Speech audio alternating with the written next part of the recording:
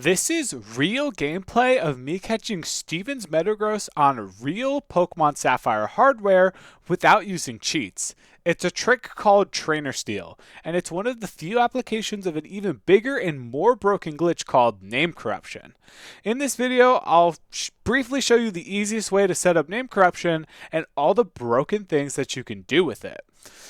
I also think it's hilarious that after catching Steven's Metagross, he just says GG and gives you the Hall of Fame anyways.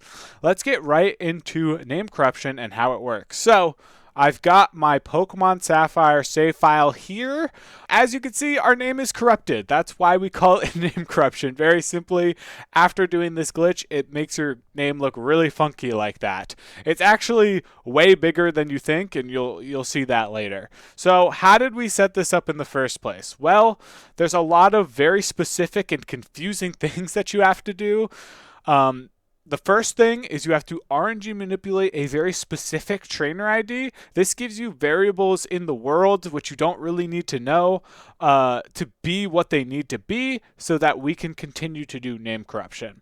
The next thing you need to do is buy at least 10 pieces of mail, beat Roxanne, and then once you beat Roxanne, you're going to want to catch a Pokemon that can learn the move Thief, and then most likely that's going to be Abra or Sableye in Granite Cave. You're going to want to talk to the hip phrase guy and change the hip phrase to this hip phrase. This step is very important because it will not work without it. Next, you're going to want to get the Thief TM from the Aqua Grunt in the museum. Next, you're going to put 9 pieces of mail in the mailbox. And then after you put 9 pieces of mail in the mailbox, you're going to fight a double battle. You're going to thief the 10th piece of mail that is attached to your Trico or Mudkip or whatever, and then pull it over to the other Pokemon. This causes it to be a glitched mail. And when you put that mail into the mailbox and then read it, with all of these conditions met, you are going to get name corruption. There's a full text guide if that was hard to follow for you right there. It'll tell you everything you need to know, how to perform all of these things. So let's get right into the gameplay of what you can do with this glitch. So, I've got name corruption. As you can see, the mail question mark is very funny because you use glitched mail to be able to do this. That's my favorite part about this. Our name is corrupted. Everything works as normal though. We can still run around like any other person, but we can do a lot of fun things with it. And I already showcased one of them earlier, and I'm going to do it again. Of course we get an encounter because why wouldn't we? Alright, so it's very simple to be able to do Trainer Steal. So when you are in name corruption, your game is basically in a glitch state. Whereas whenever your name gets read out in text, it's going to print out that huge giant name that you saw on the title screen. So by throwing a Pokeball, it's going to start printing your name because when you throw a Pokeball in the game, it says you threw a Pokeball. Now, we're in a battle. We're in a battle with a trainer. You saw me enter the battle, and we're actually going to catch the Zigzagoon. This is actually perfect, because I did want to showcase what happens when you catch an opponent's Pokemon. And we're going to catch his Zigzagoon. This is great, right? So what's happening there is when you have name corruption, the corrupted name is writing over things in a battle. And one of those things it writes over is the battle type flag. And when there's no battle type flag, the game doesn't know what type of battle it is. It thinks it could be a wild battle, so it throws the Pokeball. And then you can catch the Pokemon. Unfortunately for us, we cannot use Joey's Zigzagoon. This is because the game recognizes, using a lot of math that I cannot explain in a concise way, it realizes that's not a wild Pokemon, and it gives you a bad egg, which is just a failsafe when it thinks the game is glitching out. Alright, another cool thing to notice about the Trainer Steal is that when I talk to Joey again, despite the fact that I never even faced his Machop, that counted as a win. It's the same reason why Steven gave us the Hall of Fame badge of champion after catching his Metagross. So, for the next trick that I want to show you, I have to reset. That is because when you fight a trainer battle, the memory gets really weird when you do name corruption. When I fought the trainer battle, it like did something that puts the game in a state where I can no longer do this next glitch. Another thing that I have to do in order to perform this glitch is get a wild encounter. If I don't get a wild encounter, my game will crash when I try this next trick. So this is what the speedrunners have been calling Sapphire tweaking. If you've ever seen a Pokemon Gen 4 speedrun where of like Pokemon Pearl or maybe Heart Gold Soul Silver, where they use the bike to enter the void and just skip a bunch of the game, it's kind of like that. This time I'm going to open my trainer ID, and when I go back into the overworld, it's going to look a little different than what you're normally used to. So instead of the void, I just have a white blob of nothing, which kind of looks like the void in this game. This is because in Name Corruption, as you saw in the trainer battle, it zeroed out a bunch of stuff. It didn't know what game you were in. And a lot of Name Corruption stuff is about zeroing out things. And when you open your trainer ID, the thing it overwrites is the world that you're in. So it doesn't do the entire world, as you'll see later, but it does overwrite a big chunk of it. Another thing that happens... Oh, did I just crash the game? Oh my god. Dude, that's crazy. Okay. Oh my god. I thought I crashed the game.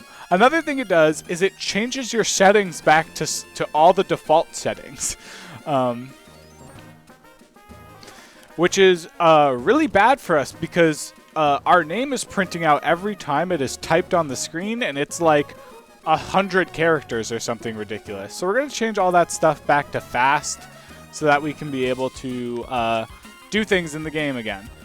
And the game is really struggling to just load simple things. After closing the start menu every time, it's just taking a little bit to load. Also, as you notice, as I step one step down, another Brendan forms on the screen. Now, you might think I'm the one in the middle. I'm actually the one on the bottom right now. And I'm just going to start walking right, and let's see how far I go. And you'll see how far this like manipulation of the world tends to go. It is quite far. I'm just going to keep going until I hit a wall. Also, you'll notice that I can't run. I'm hitting the B button on my GameCube controller right now. I cannot run. That is because they zero out your running shoes when you open the trainer ID as well. So we can no longer run. If you were already on the bike, you could still be on the bike, but you cannot hop on the bike. We obviously don't have the bike because we never even went to Mauville City. So yeah, Vendenturf Town looks a little bit different. So we were able to cross paths through the Rustturf Tunnel entrance because there was no collision preventing us from leaving, and we just passed through the entirety of Rustturf Tunnel without getting Rock Smash, and we were able to cross over to the other side of basically the region, which is incredible. And, you know, as you'll notice, collision's a little bit weird. I'm trying to walk left, but it's not letting me because there's an invisible wall. So when you open up and close your trainer ID, the world gets corrupted in really weird ways. One time I got the Latias egg to appear somehow, and I was like, whoa, that's cool. But the next thing I want to show you is what happens when you lose in a trainer battle.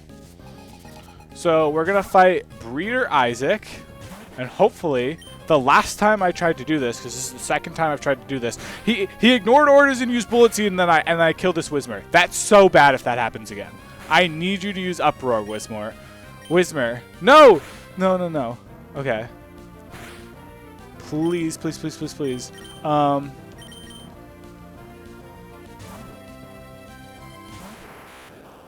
I'm so scared of dying here. Okay, Uproar is perfect. Uproar is perfect. Uproar is perfect. Okay, we might be good here. All right, but so when you lose to this fight, a couple things are gonna happen. First of all, Whismur, calm down. Okay. The first thing that's going to happen is a lot of weird audio, visual stuff is going to happen on the screen. So, A fainted, and then our name, which prints up, is going to say, it's supposed to say our name whited out, and because our name is the Name Corruption name, it's going to continue to type the name. And it's going to do that for a while. And then probably my favorite animation of all these glitches is going to come up. So, Pokemon Sapphire is really, really just struggling to continue at this point. It doesn't know what to do because when we zeroed out everything, when we opened our trainer ID, it even zeroed out our warp points. So it doesn't know where to send us at this current moment in time. And yeah, the screen's just doing things that it should just never be doing. And when we finally print out all of this text, you're going to see when you do not have a warp point, because normally your warp point is either the first house you're in or any Pokemon Center that you enter, you're going to see that it does not send us to either of those places. It's going to send us somewhere special. I think we're almost there. I think this is the last one. Alright, I heard the A. So, when you die with no warp point, you spawn in Petalburg City. This must have been the first town that they created in the game, and that's the first house that they put a warp point on. Now, when you explore Petalburg City might look a little bit different. Like Wally and his extended family just chilling here over here. So normally, all of these flags are hidden, right? Wally's hidden, his dad is hidden. They're only supposed to be accessed when other flags have been met, right? And as I make my way back to our starting town, you'll see that that happens with a lot of different things. So let me just skip right to when I'm back in that town. Oh, I almost forgot to mention, but since we zeroed out everything and we died, all of the trainers that we already beat before we did that, yeah, they refight us. Calvin is a mandatory fight to fight even before name corruption, and we are now fighting him for the second time, which is pretty cool, I guess. I would like to win this fight. Oh, I'll just catch him. I'm stupid. Oh, I can't catch him because another thing to notice is it zeroes out your items. So we actually don't have access to any of our items right now. So hopefully we can beat Calvin with our Trico not ignoring us, which is great. All right. So we were able to beat Calvin. We got another 94 experience from him. This is the second time we've beat him without having to use the match call, which is crazy. And again, because we won the battle, it's supposed to say our name receives X amount of poke dollars, but that is going to take a while to print, and it's going to do the same audio glitch again. We'll just skip past this in the video. All right, but now that we've beat Calvin, I can show you another of the few actors which their flag gets reset, and that's this scientist guy who prevents you from leaving Oldale Town through the left because you need to do story otherwise. Even though I already approached from the left, this guy was doing a very bad job of letting me out. But anyways, you'll see a lot of different flags get set back to 0. So again, this is a flag that should be hidden.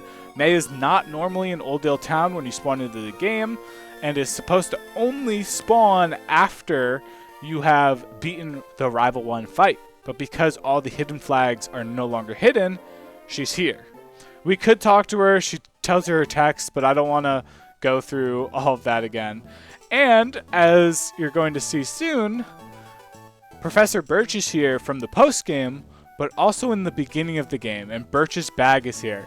Now, Birch he's not in the right spot right now. He's kind of stuck on a ledge fighting that Poochyena, but the bag is interactable, and I could get a second starter.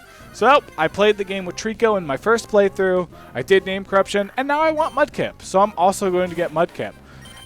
Fun fact, Mudkip just gets added to your party, which I think is really cool. It's not like it just goes into the Mudkip fight. You actually have to choose Mudkip if you want to use it, and it's just a regular Pokemon. I don't know why it doesn't tell us what nature it is when you do this glitch, but hey, I'm not complaining. We're gonna beat this. This one thankfully doesn't type out our name, even though Professor Birch does to like to type out our name. And we're going to go through the early game sequence of getting your starter again. All right, and so you're going to, if you want your second starter, you're going to have to watch your name print out a lot of times. This is because Professor Birch loves using your name. Now, I think the best part about this scenario is the fact that May is here, and then he goes, "Wouldn't you like to go be friends with my friend May and find her and you know, do research with her?" And you're like, "Yeah, that'd be super fun." But she's like right there in the room with you, which I find is hilarious. But once you get through this entire cutscene, you'll notice that you'll have both a Mudkip and a Treecko in your party, which is great. Wait, I didn't even notice this. Wait, this is the first time I've said it. Thinks because Treecko. Oh my God! Because Treecko is the first Pokemon in my party, it thinks that I can I re-nickname the Treecko? Hold on. This guy's name is Killa. Dude! Wait, you can't even nickname the Mudkip that it gives you. But as you see, Mudkip is in our party, so we have both. But it lets you re-nickname your Treecko. Oh my God, that's hilarious. Oh, yeah, the trucks are back. Once we get here, the trucks are back. If you enter your house, which I think is this one, you have both mothers and Norman in the house. Norman's supposed to be a hidden flag for the end of the game. This is a hidden flag for if Brendan is your rival, and this is a hidden flag for, I believe, your mother at the end of the game. So all of these flags are just here. So you have two mothers and a father. Much love to go around, and the Machokes are back. Who doesn't love the Machokes? Also, your mom is just everywhere. These are all hidden flags that are in the game. Even though Brendan is our rival, he's here, and you can do the craziest cutscene of all time. What is going on? How is this even happening? Dude, we're playing a light show in Pokemon Sapphire. This is ridiculous.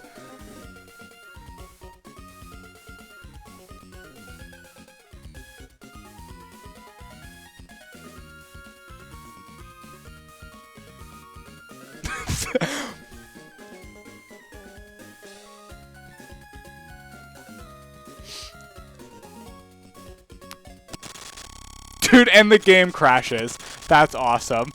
That is awesome.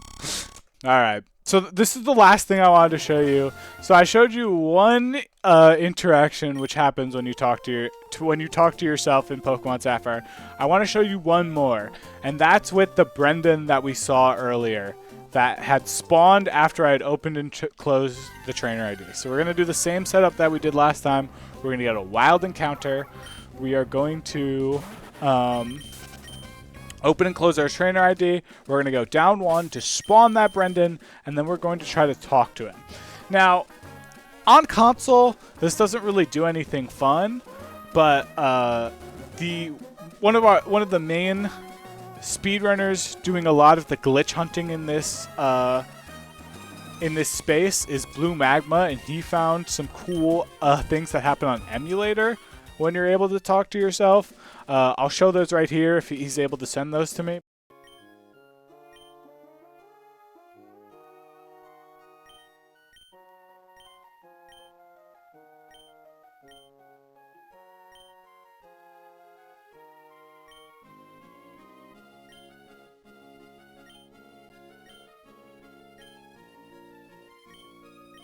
But definitely check out Blue Magma as well. And yeah, like sometimes the game will just freeze. So I have an input display on my setup, and sometimes you just cannot move. This is like the extent of what happens on console. The cool thing that happens, the coolest thing I've seen is like a weird audio glitch that happens, but nothing really like game breaking like Blue Magma has shown to me. But this is pretty much it with name corruption. There's a lot of stuff we haven't explored. A lot of, you know, like text and like what if you do a trainer ID 0 out in a certain location? Can we skip certain places? Can we get to places we weren't meant to be. And that's stuff that's continuing to happen. But if you want to try out this glitch and try out new stuff, I would love to see new glitches popping out. But that's pretty much it for me here.